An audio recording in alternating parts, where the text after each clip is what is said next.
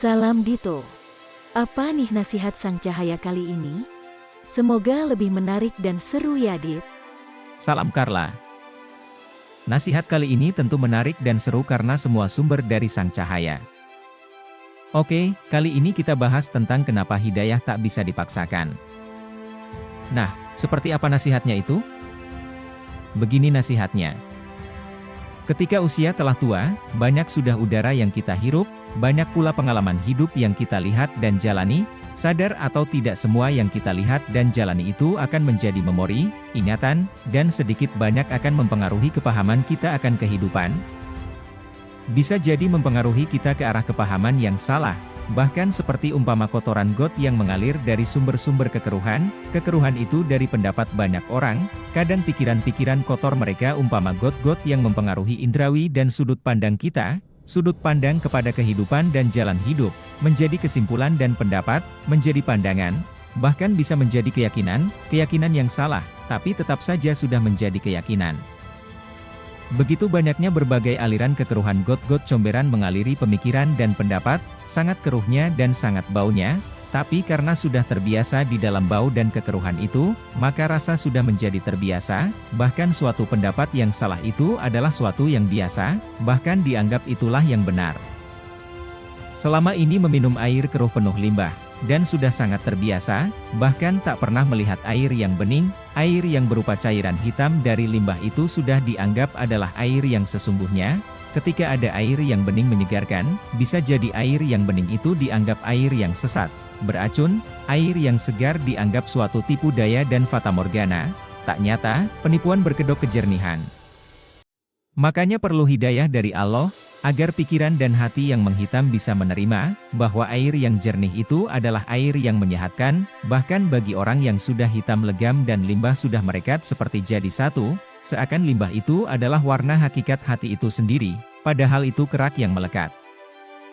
Mengusir gelap, dengan cahaya itu lebih sulit, ketika sudah terbiasa dalam gelap, gelap sudah lebih disukai, bahkan cahaya itu serasa datang menyilaukan, membuat perih pandangan mata, sehingga datangnya cahaya dicurigai, seakan musuh yang mau menjajah, sehingga cahaya yang datang dimusuhi. Itulah kenapa hidayah tak bisa dipaksakan, berbagai sebab mendinding kepahaman, berbagai sebab menjadi alasan penolakan. Nyalakanlah cahaya dalam dirimu, tak usah kau memaksa agar orang mengikuti cahaya di dirimu, sebab semua orang punya alasan sehingga cahaya bukan dianggap suatu kebenaran yang bermanfaat. Jadi, hidayah itu mutlak milik Allah ya, Dit? Betul sekali. Hidayah itu mutlak milik Allah, makanya di dalam surat Al-Fatihah kita diperintah Allah untuk selalu meminta hidayah padanya. Ketika seseorang itu tidak mendapatkan hidayah dari Allah, misal kita ingatkan, kita ajak ke jalan kebaikan, kita ngajaknya sampai lidah kita putus, semua gigi rontok, sampai bibir pecah-pecah, dia juga tak akan sadar, karena Allah tidak memberikan cahaya hidayah ke dalam hati dan pikirannya. Tapi kita jangan lantas putus asa, soal orang itu tidak mau mengikuti ajakan kita ke jalan Allah, itu urusan Allah, bukan urusan kita. Kewajiban kita adalah menyampaikan kebenaran, dan sebesar atom kebenaran yang kita sampaikan itu akan dicatat sebagai kebenaran, dan kita akan menerima pahalanya nanti, tidak akan hilang dan tidak akan ketukar. Makanya dalam mengajak ya mengajak saja, hendak usah ingin agar orang lantas ikut kepada ajakan kita. Ketika kita ada rasa ingin orang ikut ajakan kita, maka ajakan kita lantas sudah berubah bukan mencari ridho Allah, dengan menjalankan perintah Allah mengajak kepada kebaikan, tapi sudah berubah ingin diikuti dan ingin pengikutnya banyak. Kalau sudah begitu timbulnya tidak ikhlas, kalau yang diajak tidak ikut, lantas marah, kalau yang diajak ikut, lantas bangga. Dan kalau sudah seperti itu, maka kita dicatat bukan mengajak kepada kebaikan, tapi dicatat malaikat, kita itu mencari pengikut dan kedudukan, kehormatan kemuliaan di mata manusia. Nanti kita meninggal, kita kira kita telah melakukan ajakan kebaikan, telah banyak pengikut, tapi kenyataannya di akhirat tak satupun amal kebaikan kita lakukan, kecuali amal perbuatan mencari kedudukan dunia saja. Lalu, apa yang harus kita lakukan, Dit? Pakai saja rumus. Jangan sampai hati kita kian mengeras dan sulit menerima nasihat, namun sangat pandai menasehati. Jangan sampai kita merasa paling benar hingga merendahkan yang lain.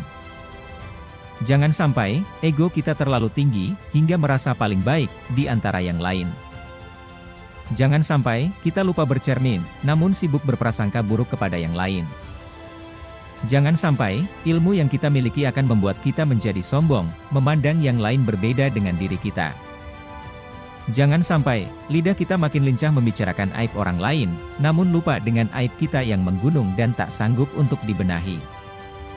Jangan sampai kita hanya hebat dalam berkata, namun buruk dalam berbuat. Jangan sampai kita hanya cerdas dalam mengkritik, namun lemah dalam mengoreksi diri sendiri.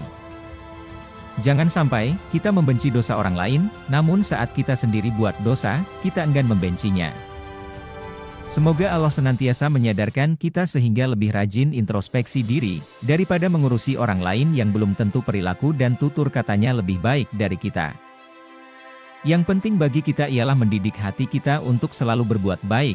Tidak ada guna lisan kita mengajak orang lain, bila dalam hati masih bersarang kotoran dan dosa syirik. Nah, itulah nasihat Sang Cahaya kali ini. Semoga bermanfaat. Wah, ternyata betul ya bahwa hidayah tidak bisa dipaksakan.